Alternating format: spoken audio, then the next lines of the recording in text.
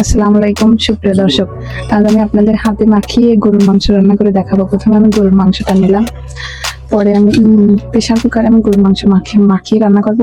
সব ধরনের মশলা করে নিচ্ছি। এটা হচ্ছে মরিচ বাটা, রসুন বাটা, দারচিনি, লবঙ্গ নিছি, আদা বাটা, জিরা বাটা, ধনিয়া বাটা, তেজপাতা নিছি, পেঁয়াজ কুচি নিছি, লবণ, হলুদ, তেল।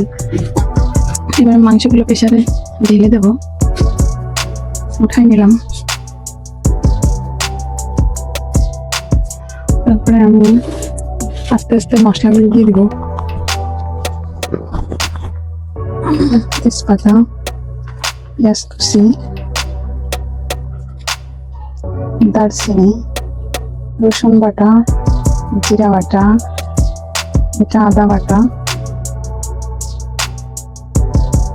এটা হচ্ছে মরিচ বাটা, এটা আমি কিছু গরম মশলা, এলাচ, লবঙ্গ, গোলমরিচ আর একটা দারচিনি বেটে নিছি। একদম রেগুলার মশলা দিয়ে রান্না করব। 1 চামচ হলুদ নিলাম,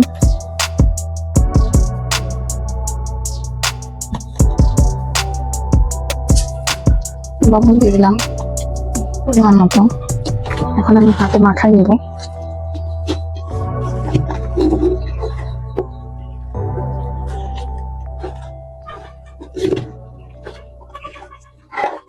মাখা মাংসটাও অনেক টেস্ট হয় পরিমাণ মতো সবকিছু দিয়ে রান্না করতে পারলে। প্রেসার কুকারে রান্না করলে তাড়াতাড়ি হয়ে যাবে, সময় বাঁচবে। এখন আমি তেল দিয়ে দেবো।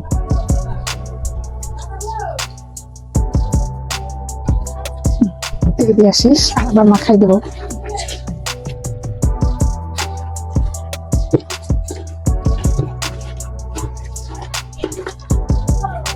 এখন আমি চুলার উপর উঠাই দেবো, ডাল দিয়ে দেবো।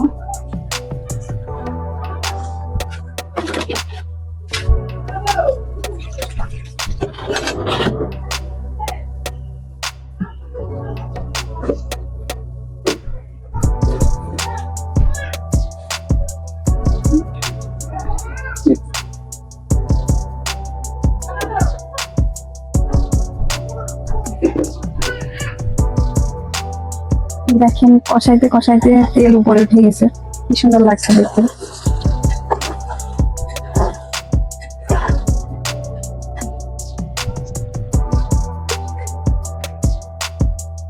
চার টুকরা আলু দিয়ে দেবো এর ভিতর, আমার একদম প্রিয় মানুষ খাবে।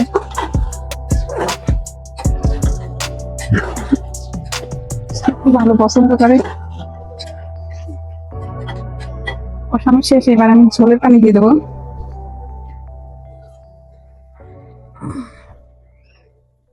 মশলা বাটার পানিটা দিয়ে দিলাম।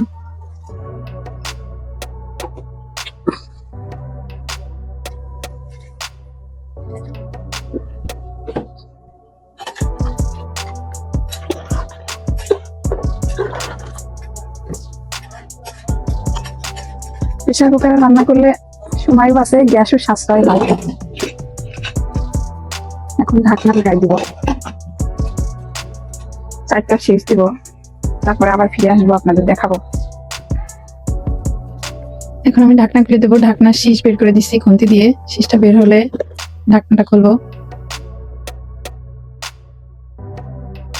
ভাপটা বের করে দিচ্ছি। এবার ঢাকনাটা খুলে দিলাম। দেখেন কি সুন্দর, ইয়ামি, কত সুন্দর হয়েছে। আমি আর একটু খোলা অবস্থায় জাল দিয়ে নেবো, ঝোলটা মাখো মাখো করে নেব। একটু নেড়ে চেড়ে দিচ্ছি। এটা একটা পায়ের মাংস, এর ভিতরে শ্বাস থাকে, খাইতে অনেক মজা লাগে। কিছুক্ষণ জাল দিলে ঝোলটা মাখো মাখো হয়ে যাবে, মাংসটা খাইতে অনেক মজা লাগবে।